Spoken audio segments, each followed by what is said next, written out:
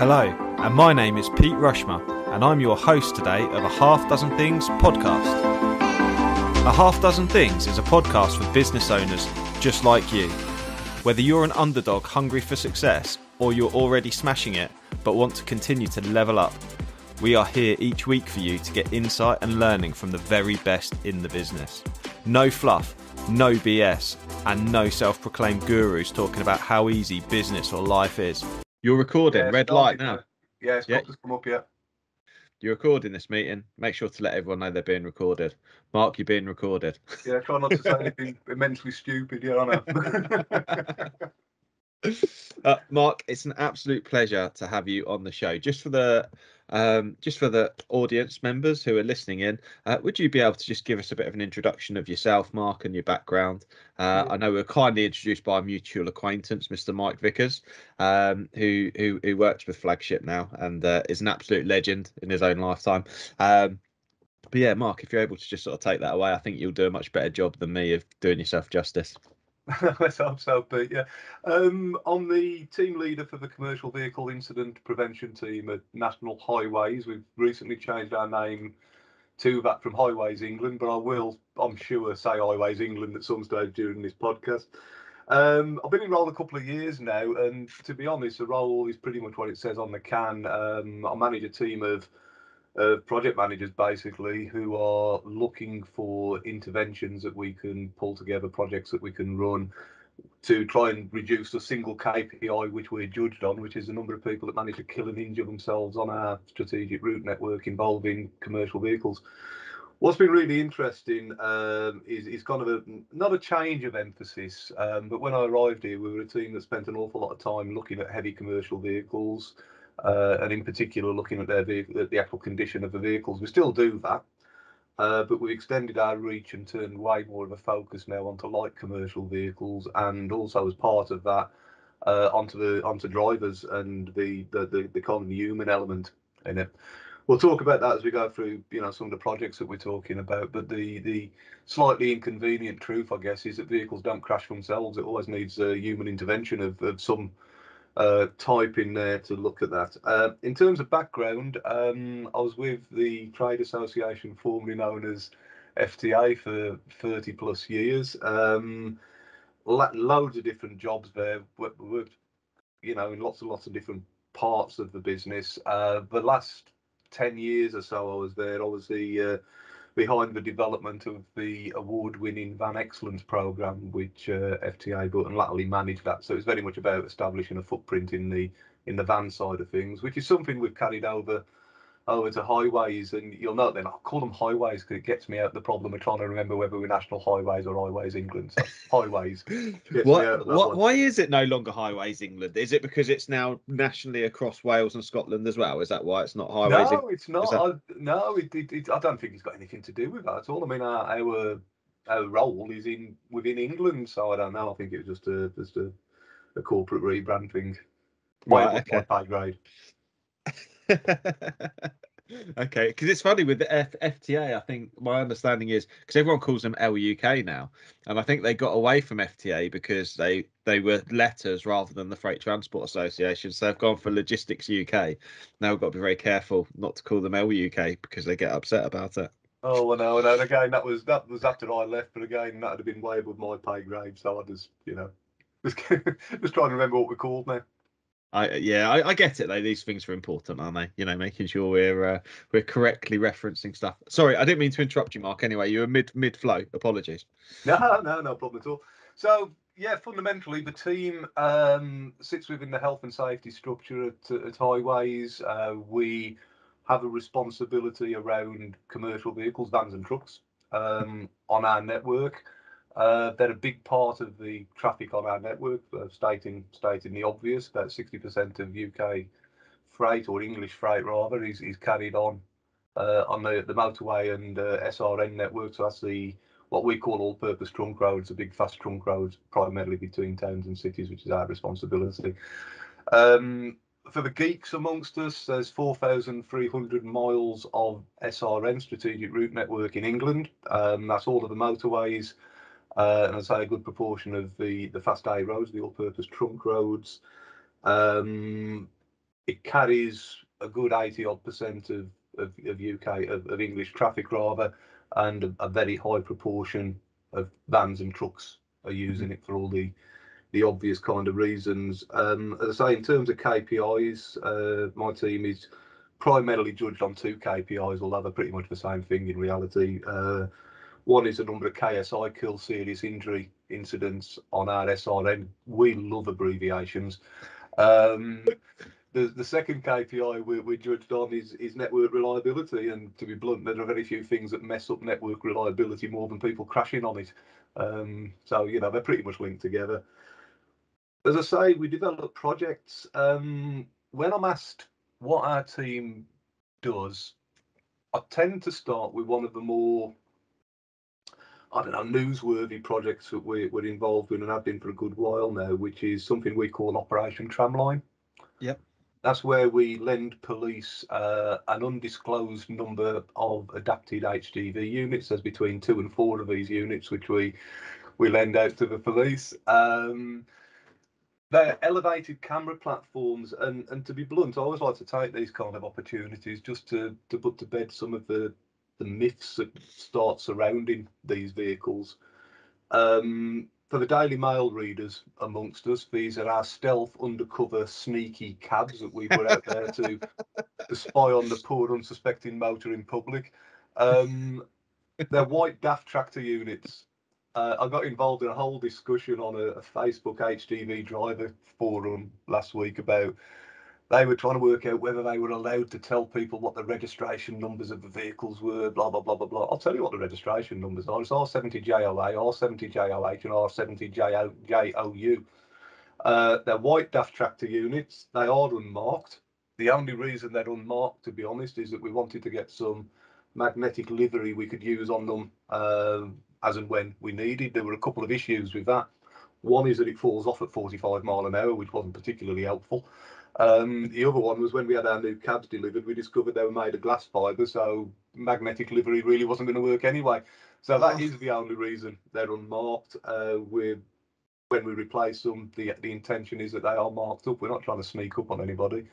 And frankly, from an HGV driver point of view, if you can't spot a white DAF tractor unit coming up behind you at 65, 70 mile an hour because the speed limiters are switched off on them, you probably need to have a word with yourself, to be honest. So I can just speak from a bit of experience there, Mark. So they must not have been yours, but I was on the M11.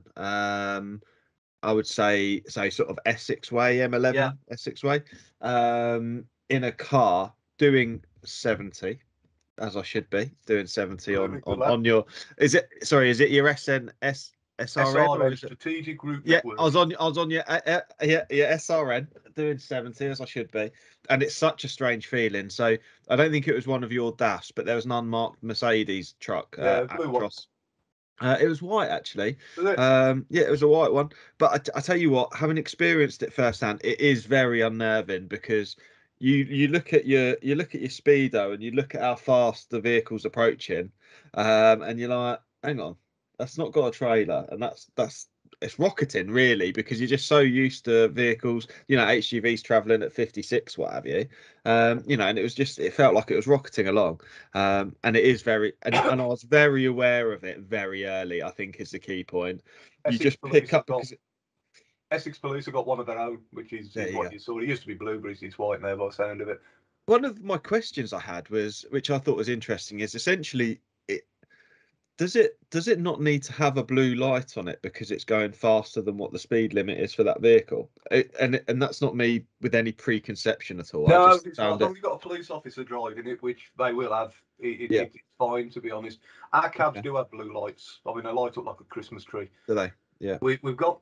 They're not used for chasing. They're not used for pursuit, but they've got blue lights in case they do come across the scene of something and actually pull in. So when the cabs go out, they'll be. Depends on the force, but they'll tend to be 3 or 4 intercept vehicles around it, bikes or cars. Yeah.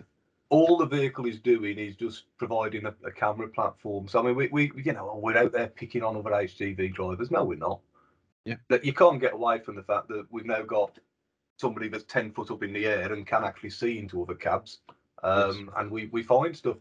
The split is pretty consistent, to be honest. It's about 40% trucks that get pulled in. It's about 30% vans and about 30% cars. Right. The adaptation to the cabs, mentioned earlier, speed limiters delimited, and you're right, they can get a lick on. It doesn't do the fuel economy any good, I have to say. No. But they can get a bit of a lick on. There's some internal stuff around seating that's gone on in there. But the main other adaptation, apart from the blue lights and the speed limiter, is they've got 360-degree HD enforcement standard cameras on them, which was a new addition this time around. So we can actually see into lanes to our right, which has increased the number of cars and vans who are finding themselves on the receiving end of it. Okay. Most of the images that you see up on YouTube, and there's loads of them that the various forces release, the passenger seat, the passenger is always a cop as well. I've got some high definition GoPros that they use on the end of a stick. Basically, they work well. It's funny when I do any media stuff, because I tend to find myself talking to film crews, TV news crews, and all the rest of it, radio, about Tramline fairly regularly. And you always get that what's the most interesting, funniest, strangest thing that you've seen. We've learned that truck drivers will find all kinds of ways of distracting themselves when they're driving, some of which are suitable for a family audience and some of them aren't. Oh, God. We've got some weird and wonderful. If I'm pushed, I think my two favourites are the guy who was eating a fully plated lasagna on his knees, complete with a little bib tucked into his neck and garlic bread on the passenger seat. So full marks for table manners and none at all for safety. But I always had a real soft spot for the bloke who got his parrot flying around in his cab. I mean, I know a lot of truck drivers will take their dogs out with them and all the rest of it, which is fine. But no, this guy had a parrot in there, which was entertaining. The reality of it, though, and the point I was trying to make to people is, those are the spectacular. I mean, I'm old enough to remember the Jasper Carrot jokes, but they're old enough to the daft strange ones. The reality of it is, most of the time, and I use the phrase deliberately now, dead boring. It's seatbelts and mobile phone, time after time after time after time. Yeah. Why a truck driver doesn't want to wear a seatbelt is entirely beyond me, but we find a lot of it. Mostly we deal with it by waving. I think we spent a fortune on these cabs. Probably one of the most effective tools that we have in them is a laminated piece of A4 which says put your seatbelt on, which we hang out the window at them, which usually does the job. We do find amazing pieces of distraction now, I have to say. I mean, as the YouTube video's got a lot of coverage recently of a guy with two mobile phones, one in each ear while he was steering with his knee. It does beggars imagination, really. So that goes on. A lot of people get a lot of awareness out of that. And let me just underline, they're not stealth, they're not sneaky, they're out there doing a job, they're out there to protect us all. One of the things, again, that's always quite interesting to get across to people is less than 50% of the pulls that police get involved with this actually end up with some kind of prosecution. Mostly it's words of advice. Right. One of the things that's quite interesting is the vehicles that have been intercepted will be pulled into usually a motorway services area somewhere where the police and DVSA will have a look at the vehicles and the drivers. When we pull a truck driver in, I've got to be honest, it's almost a shrug of the shoulders and a fair cop. We knew we were supposed to be doing something. We knew we weren't supposed to be doing something. We've been caught, fair cop, basically. When we pull van drivers in, that's a whole different kettle of fish. Oh my God, we'll get a million reasons why it wasn't their fault that they were doing what they were doing. Oh, we had no idea we couldn't put 3.5 ton in the back of this 3.5 ton van. What do you mean? What do you mean I need some tread on the tyres, or I mean, we obviously get a lot in the kind of building trades and landscapers and all the rest of it who, I've always got some unfeasibly large mini digger or lawnmower or something hanging off the back of the trailer with no visible means of support. What do you mean I'm supposed to strap it on and fasten it down? And as you can imagine, insecure loads are a real bind to us. Real that challenge, really gets our hairs running on that. The reason I mention it kind of links neatly into another big project that we've been working on for a good few months now, which is getting a lot of interest and a lot of support, which is in the van space, and it's our Van Driver Toolkits. The broad idea of Van Driver Toolkit is a load of resource, basically, to literally try and take away that "sorry mate, I didn't know" response. So It's all up online. If any of your listeners want to go and have a look at it, please do. It's at drivertoolkit.co.uk. It will ask you a few registration details when you get on there. There's nothing serious, and it only comes through to me anyway, so you're not signing your life away. But there's a load of resources there just trying to explain exactly the kind of things we're expecting a van driver to know. Do you actually know what the speed limits are in your vehicle? Do you know what hours you can actually drive? There's a lot of misconceptions about the legal requirements in the van world, and all we're trying to do with Toolkit is try and take those away. So they're a really good resource. Something that's worth emphasising of all the stuff we'll talk about this morning, it's all free because our lovely taxpayer has already paid for everything that we do. So it's just there to try and help and support. It's great, isn't it? I must say, sorry, Mark, I must say from experience, I think that the standards fall so far short of the HGV sector with vans. I see, so many vans breaking the speed limit, and they're clearly just totally unaware, what they're doing, and certainly overloading as well. No idea of overloading. I think that's a real thing for us to try and overcome. It's a massive issue, to be honest. I mean, the numbers. Oh, I've lost you, Mark. Oh yeah. Well, I'm still there, according to me. Might have just been in my ear. Yeah, it's still here. Yeah, no, I think it was my earphones are managed to. Apologies, mate. We'll get those knockoff ones from the market, mate. That's what happens. We've been listened to. I've got Hawaii Hawaii one, which means they're probably even more illegitimate. I've got one of the phones, mate. I've been booked for ages, but there we go. Okay, so where were we? We're talking about vans. I was saying about how awful they are, like breaking the speed limit, and that the drivers have got no idea a lot of the time. I don't know. I have mixed views on this, to be honest. I mean, I think there's a lot of. I don't want to use the word ignorance, but I think there is a lot of ignorance across van drivers, and in particular van operators, about what they should and shouldn't be doing. Which again, clearly, is one of the reasons we've created van driver toolkits. I'm sure that the van drivers and van operators are running around with two fingers stuck up to the world, absolutely. But there's a number of ways of looking at this, I think, in all honesty, Pete, is one of the best lines I ever heard was from a fairly senior police officer who had a room full of van and truck operators in front of him at an event. And his opening line was, he said, "Okay, guys, how many of you run trucks?" And all these hands went up and said, "Yeah, I run trucks." I said, "Great, okay, terrific. How many of you guys run vans?" And people automatically take their truck hand. He said, "No, leave your truck hand up. I want your other hand up in the air if you're running vans." So we ended up with a bunch of Charlies in the room with both hands stuck up in the air and doing a bit of the old jazz hands stuff. And he said, "Okay, terrific.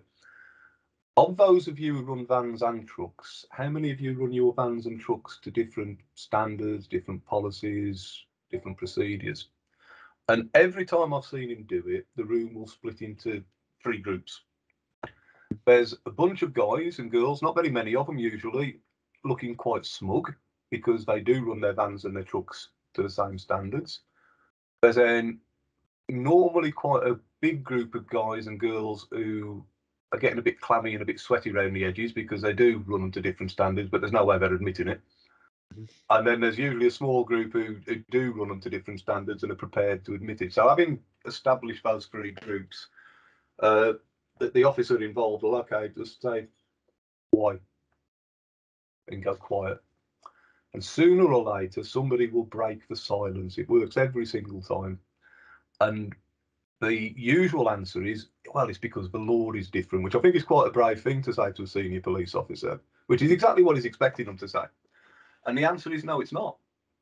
If you step back and think about it, there are rules about loading, overloading. There are rules about hours. There are rules about vehicle condition.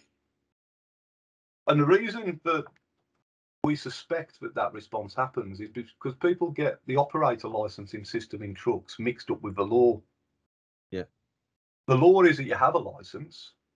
What the traffic commissioners can get you to do before they grant you that license isn't the law. The law is that you have a license. So your operator license will require you to carry out pre-use defect checks on your vehicles, for example.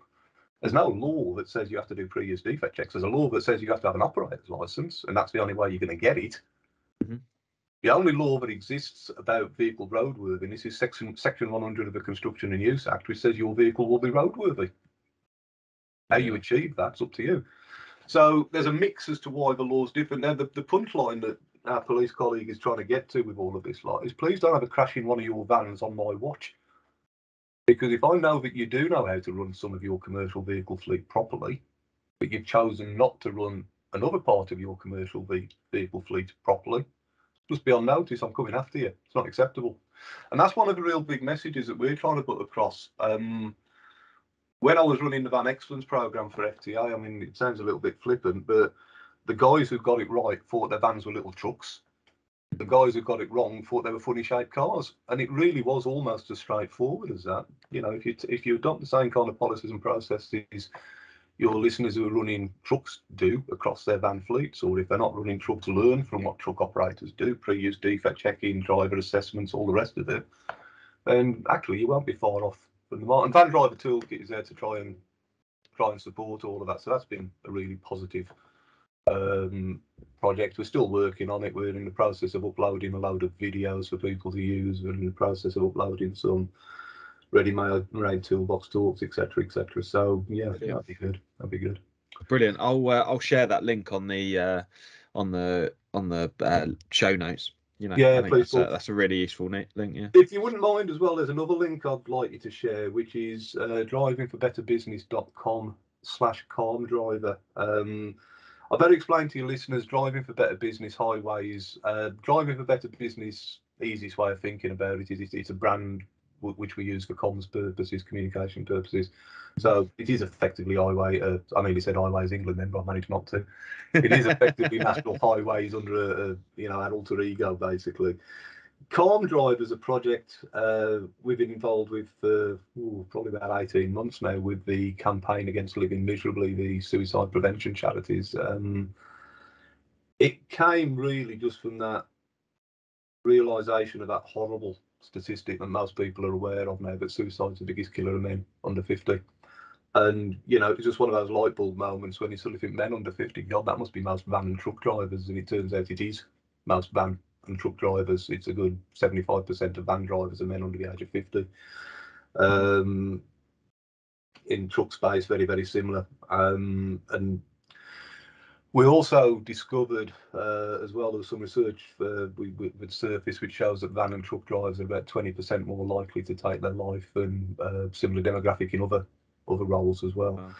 So it's nothing particularly complicated. It's a pack that we've developed with Calm, a couple of stickers, little leaflet in there, all available FOC if you go to our website. And we're just trying to it's an overused phrase, I know, but we're just trying to start the conversation against in a demographic of individuals we know are in the high risk demographic. We know they tend to be load workers. All the warning signs there, I guess.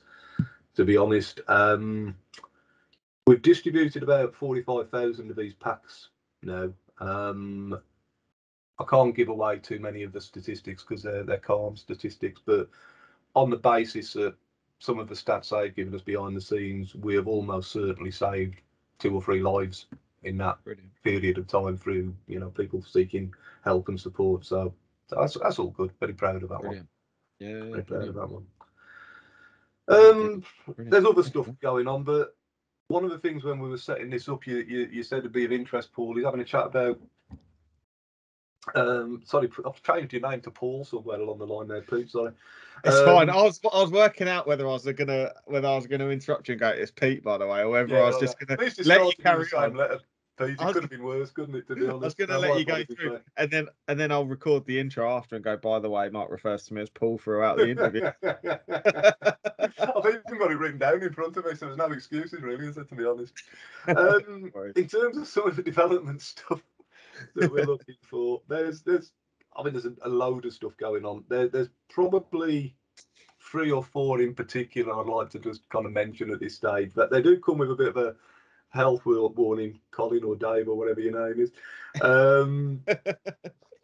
So they're under development. They may not get to fruition. We sincerely hope that they do, but they're under development. That's the whole nature of it. You'll also discover as I talk through this, we're not very good at naming projects. So the first one is something we're calling Ping. Is that an abbreviation, Mark? Is it an abbreviation? No, it's just Ping. Okay. That's what it is, just Ping. This is looking at using data that we have available from the various sensors and cameras around our network, some of which are enforcement cameras and sensors, some of which aren't. But the data doesn't get used for very much when it's not being used for enforcement activity. And it started in a meeting I was involved with probably about 8-9 months ago now, when I discovered that we got this data which we weren't necessarily doing all that much with. And I said, look, my experience is that most half-decent fleet operators would kill to know that we have spotted what one of their vehicles is up to when it's round the corner and out of sight. So I had this whole no, they wouldn't, yes, they would, no, they wouldn't, yes, they would conversation until it finally got to, well, put your money where your mouth is then. So we worked with 3 large fleets, can't tell you who they are for the obvious reasons, but 3 large fleets, and the premise is really straightforward.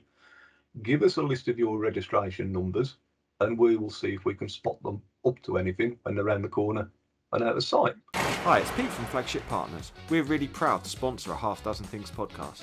At Flagship Partners, we take road safety really seriously, and we're your road safety partnership. We help transport companies with compliance and training across their businesses, including first aid, driver CPC, and other transport management services. So if you're FORS accredited or you want to improve your operator compliance risk score, give Flagship Partners a call today.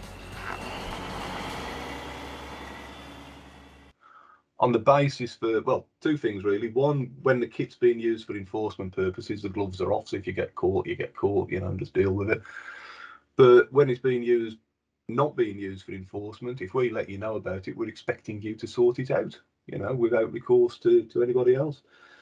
We trialled it on 2 sets of cameras we had on the network, which we were part of separate experimental projects, so they weren't being used for enforcement at the time. There's a set of cameras, they're decommissioned now, just so your listeners know, but they're on the M1 around by Milton Keynes, which were adapted to identify close following. Mm-hmm. Clearly a big issue, very big issue in the HGV world, as most of your listeners will be aware. Just for the purposes of the conversation, we think for that particular exercise, close following is within 0.47 seconds of a vehicle in front, so it's reaction time. So we're not getting involved in any conversations about my truck or van has got the world's best braking system on it or is being driven by, you know, retired Formula 1 driver or anything like that. It's reaction time. You ain't got hope. Yeah. We found quite a bit, to be honest. We threw it back over. We pinged, if you excuse the pun, it back to the operators who wanted to be involved and said, look what we found. Get it sorted out. And they did. We didn't get the levels down to 0. We wouldn't be expecting really to get the levels down to 0, but they made massive strides. There was whole company campaigns going on. One of the organisations in particular was using a load of agency drivers, which is fine, but you know, the agencies were put on warning. You know, you tell you guys to stop doing this, otherwise we're going to stop using you. So it was really, really positive. The other set on the base of the M4, and there was quite a bit of press coverage about these cameras over the Christmas period, if any of your listeners remember. These are linked to some AI technology, which is pretty decent at identifying handheld mobile phone use and non-seatbelt wearing. We found quite a lot when we checked it across our operators' lists, and again, the ball was back in their park to get it sorted out, which they had to do. They did rather admirably.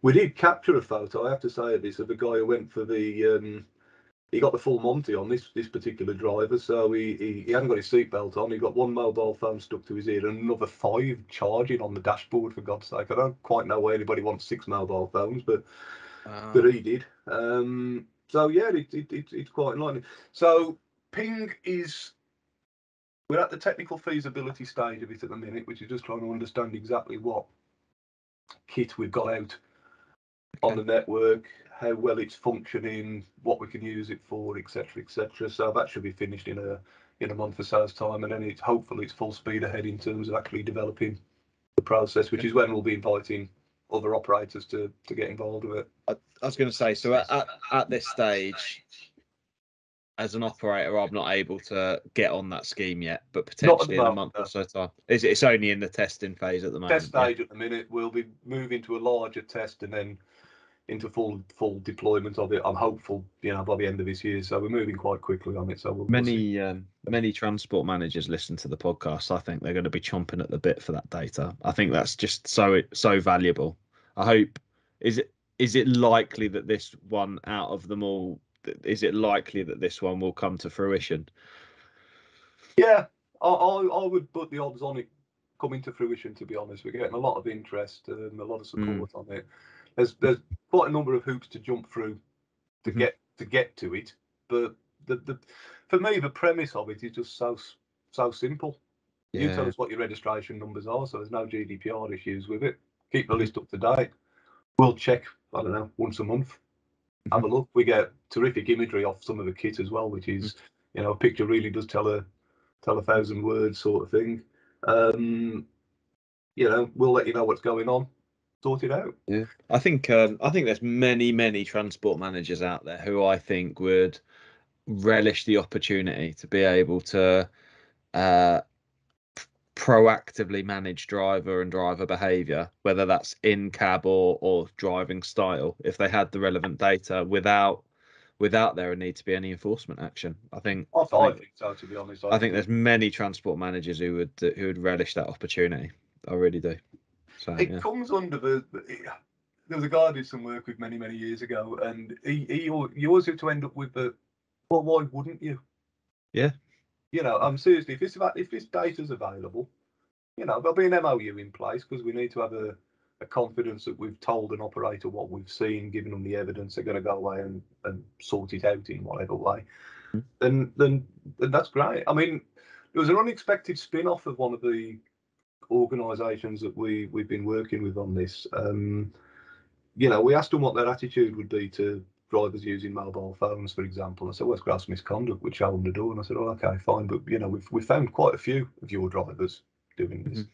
And they didn't show them the door. What they actually did was, discipline them, of course. Yeah. Educated them, trained them, and told them they're on what. And actually, I've got to be truthful, I think that's a better response.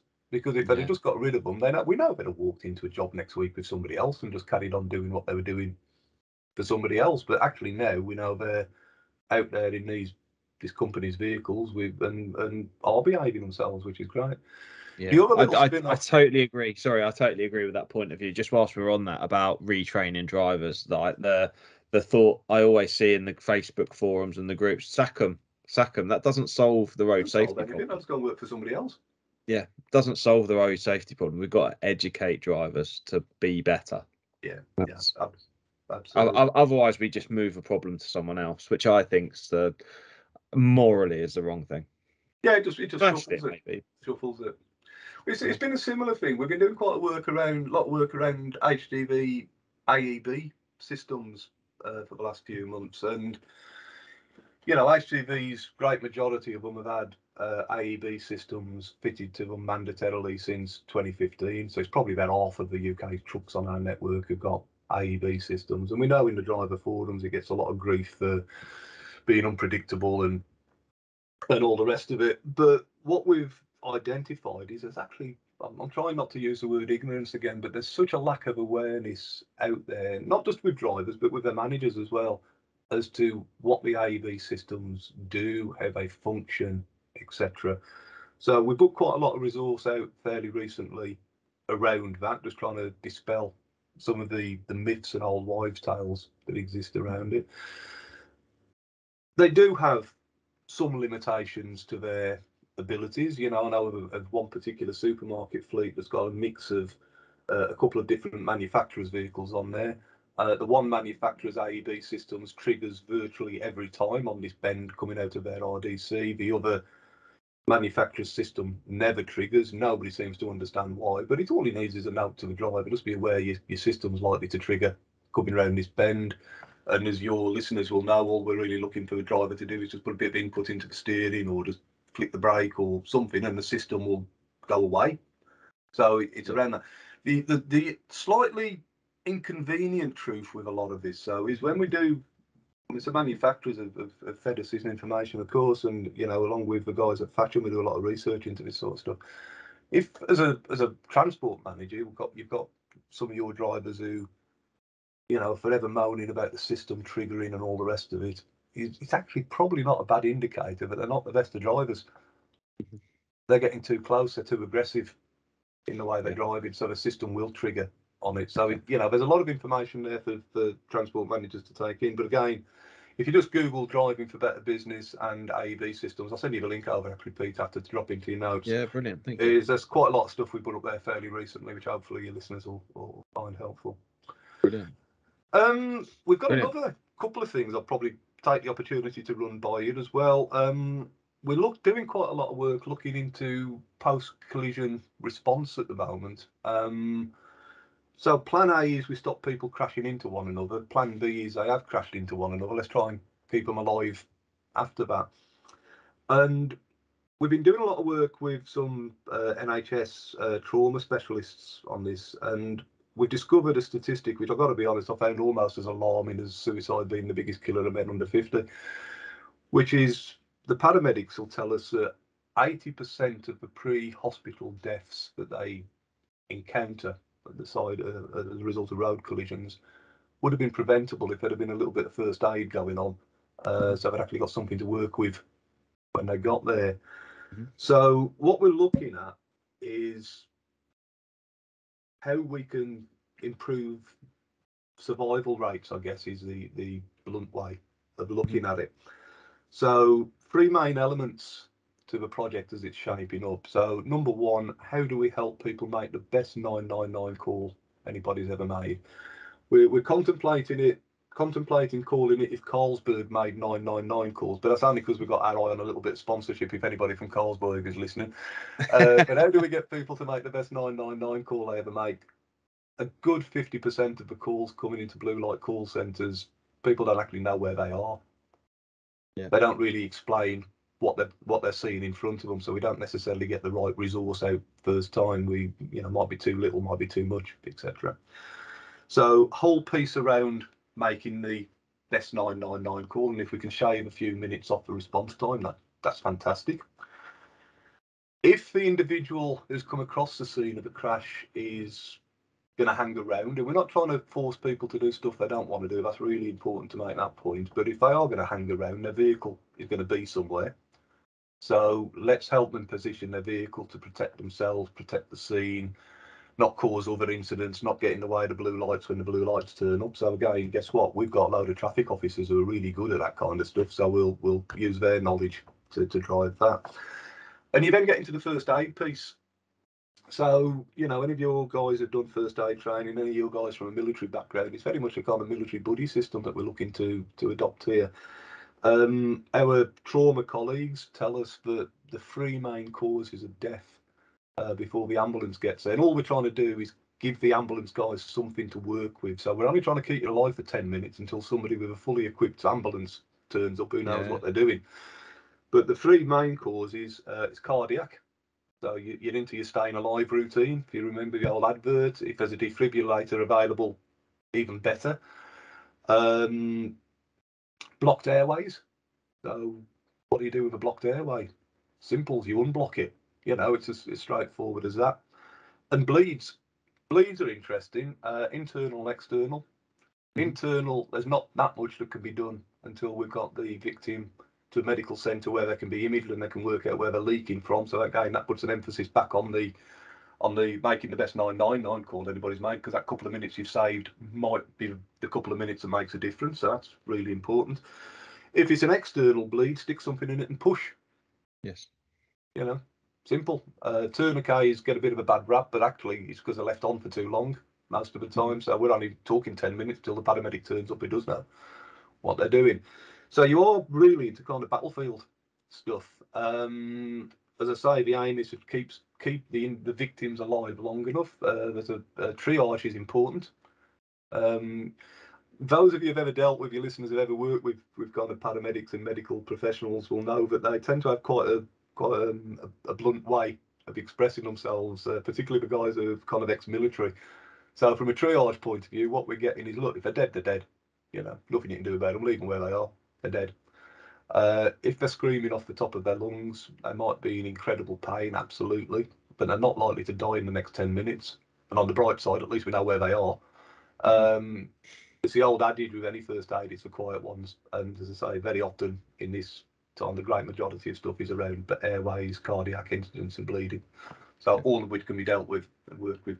So we're keen to sort this out. It's gonna the way it will look is there'll be some training that we will make available, e-learning, micro doses of e-learning. We reckon we can cover this off in about 40-45 minutes worth of e-learning, broken down into nice tidy little chunks. So anybody involved, our ambition on this, I have to say, is massive. You know, our ambition is any driver on our network who wants to get access to this, we will provide access to it, whether it's a civilian car driver, somebody driving a car for work, a van driver, truck driver, whatever. Our ambitions are massive with this.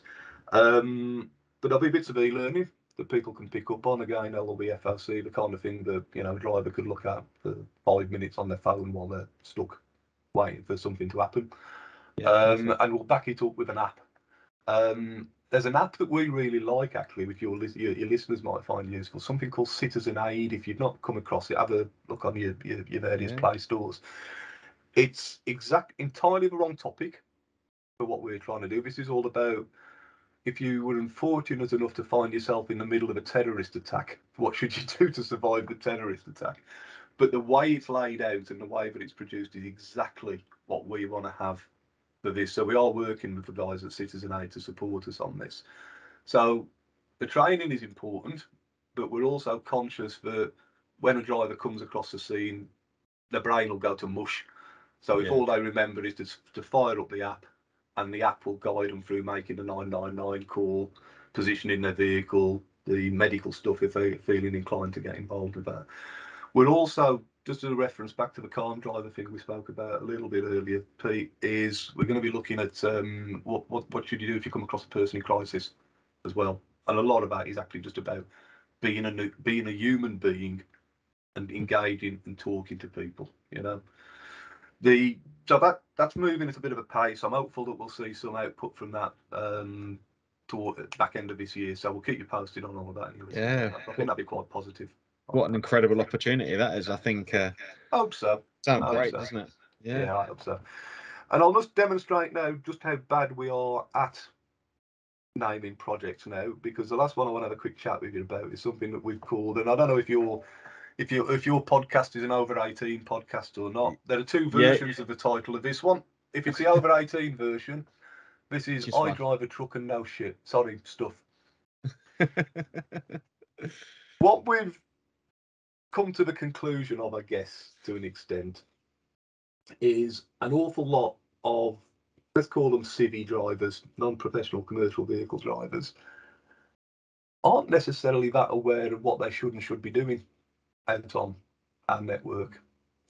You know, you can see when you look at, I mean, one of the things that grinds my gears when we talk about breakdowns is 50% of breakdowns, to my mind, aren't breakdowns. They've run out of fuel, or they've stopped for a wee or something stupid, and then they get crashed into. So how do we help civvy drivers better understand what's going on out there and how to keep themselves alive? And the much aligned HGV driver, and indeed the van driver, they're out there all the time.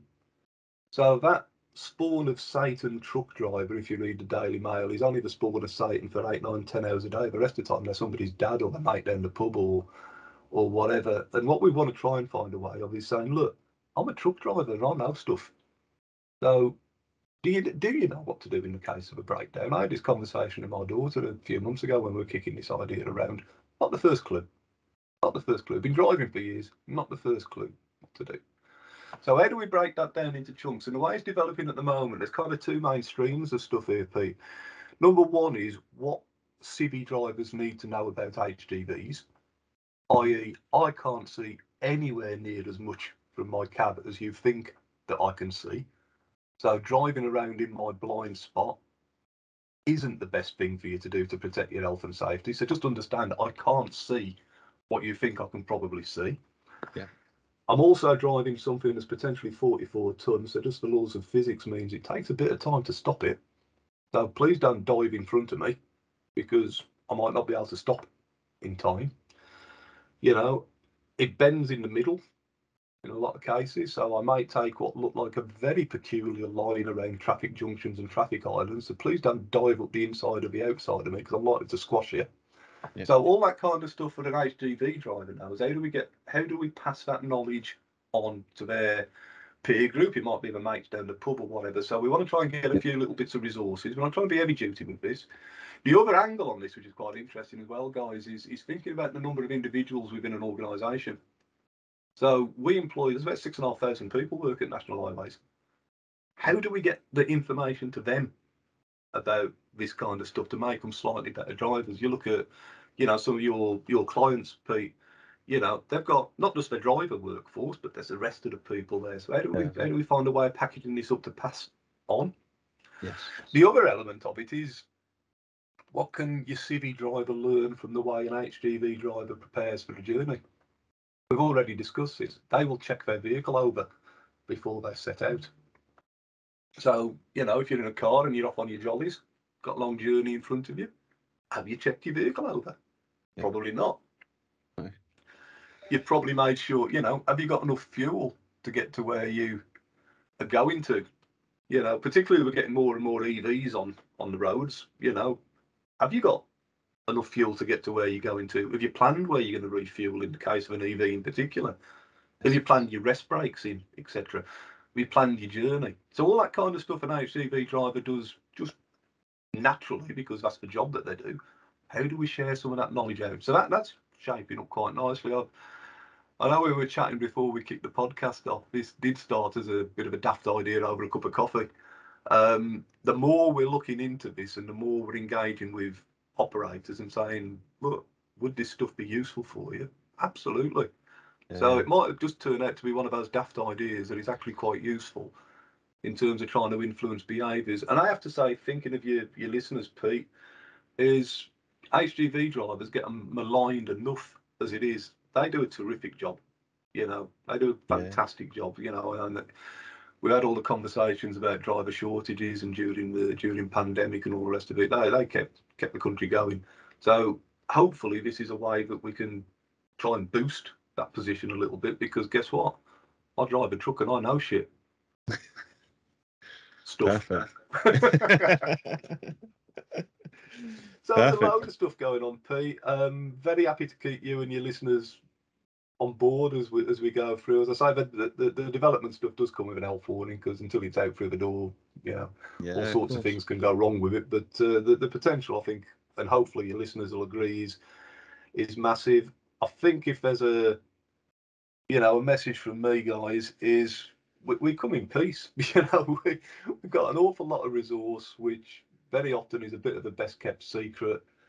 Have a look at the Driving for Better Business websites. There's loads and loads of information in there for van and truck operators in there. And, I'm very happy if you, whichever way you do it, Pete, if you want to put my link, email address into the links or anything, if people want to get in touch, find out more, or if they've got any suggestions that we can look at and should be looking at, I'm very happy to engage. That's what we're trying to do.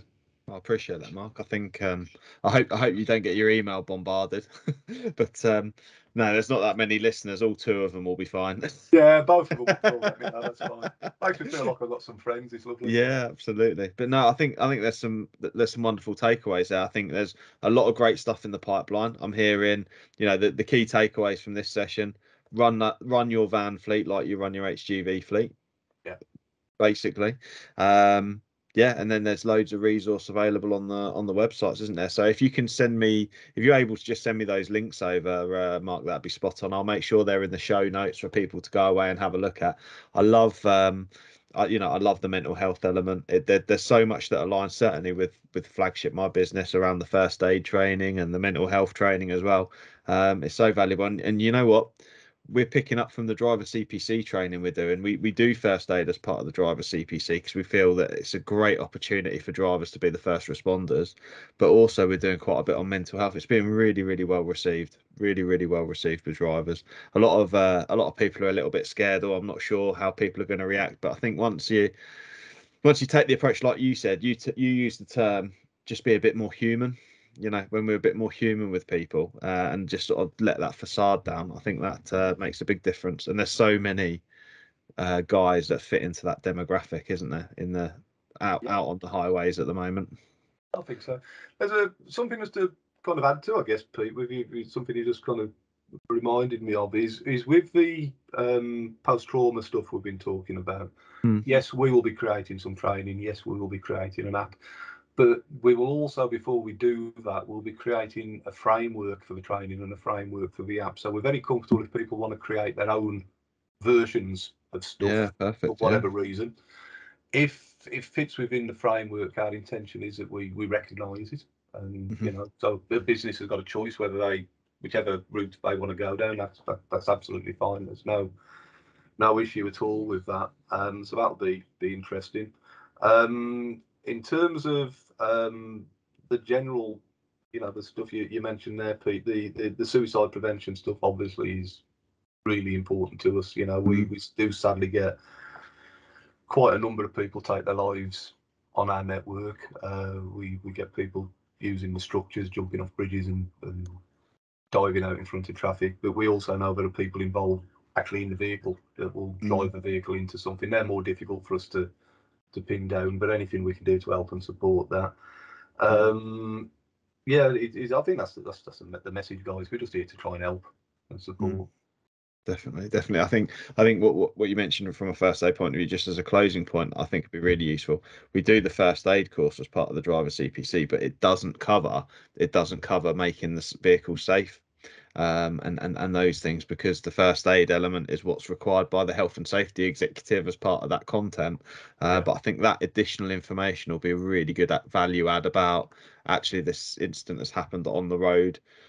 What other considerations are there roadside that we need to consider, which are, you know, ample, huge amount of risk there, isn't there, for people from a safety point of view. So to start to consider those, I think would be really valuable. Mark, you've been and the 999 call, sorry, Pete, just to interject, is, you know, as I say, a lot of people really don't seem to have the first clue where they are, where they make the calls, or not so well as describing, you know, what they've got playing out in front of them, so the right resource gets packed out. So anything like that would be really happy to work with you on, Pete. Yeah, and just on that note, What 3 Words is a great app for people to use. I'm sure, Mark, you're aware of that one. If people are listening and have thought about that, we spread the word on the What 3 Words, because that'll give an ambulance literally to the point of where you are. If you've got 3 words, 3 meters, isn't it? It brings you within 3 meters. They can find out where you are. So that'd be very, for those who are maybe directionally challenged. What 3 words may be able to get you around that. Mark, you've been a gent. Thank you very much for giving up your time to come and join me on the podcast. Really appreciate it. Thank you. No, absolute pleasure, Paul, Kevin, Dave, whatever your name is. Fantastic, Pete. Enjoyed it. No worries. Thank you very much. Cheers, guys, for listening. Thank you. Cheers. Bye-bye. I really hope you loved today's episode, and if you did, please make sure you subscribe and listen out for future episodes too. Please do share it across your social media channels. We hope to reach more and help more people. If you want to find out more about me, my name's Pete Rushmer. You'll find me across any social media channel and my business Flagship Partners, and we're your partners in success across your business. Thank you. See you again soon.